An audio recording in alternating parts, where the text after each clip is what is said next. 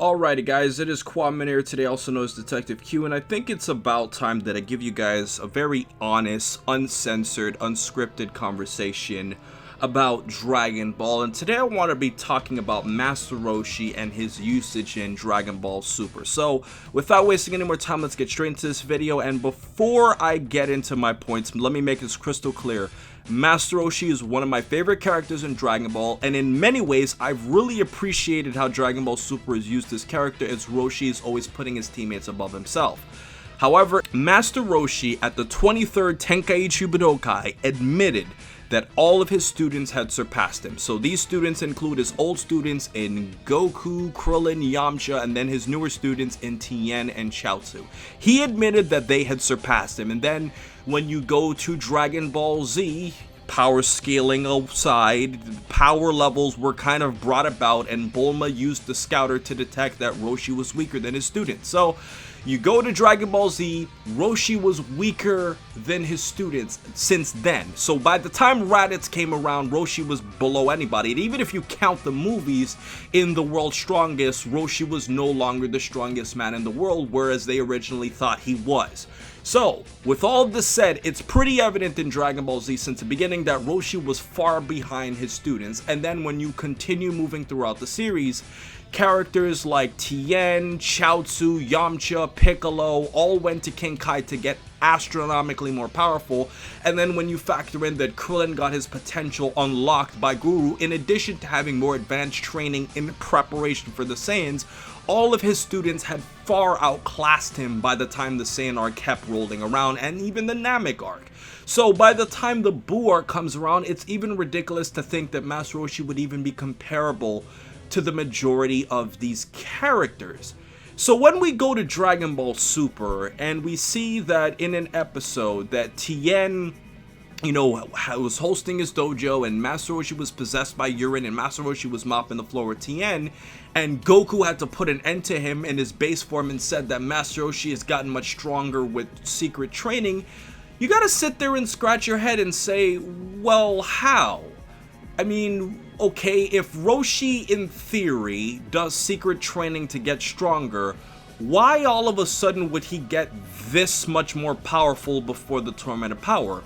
Well, the honest answer to this is that the Tournament of Power has overscaled everybody in Universe 7's team so that they would be able to compete against much stronger characters, like Gohan getting much stronger in the course of a day, like Caulifla learning how to immediately go Super Saiyan 1 and 2 by manipulating the energy that's in her back, and then you could go in depth about all these characters, Krillin looking like he got a lot stronger. All of these characters, especially Android 17, have gotten much more powerful before the Tournament of Power.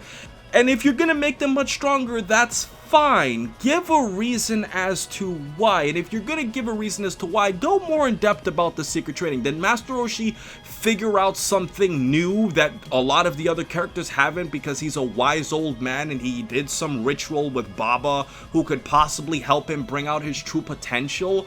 Or did he figure something out? If you're gonna overscale a character who was not even being used that much, I think it requires a better explanation. And if you compare this to the resurrection of F-Arc, something I had a slight problem with Roshi there too, I thought that Roshi was already too weak to be fighting against some of those Frieza soldiers if we assume those Frieza soldiers were as strong as Raditz. But I said if Master Roshi was training for years, then okay, fine, we can pass off him fighting against Frieza soldiers. And my friend Jax Blade is even more conservative on this issue because he believes Master Roshi doesn't even train at all prior to this whole announcement of his secret training prior to the Tournament of Power.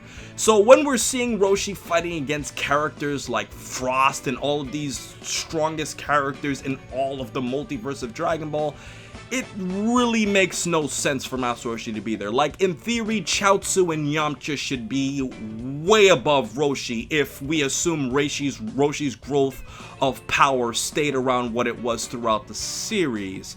Because even if Roshi got stronger and they got weaker, the gap that they passed Roshi is so high, Roshi should never be able to attain that.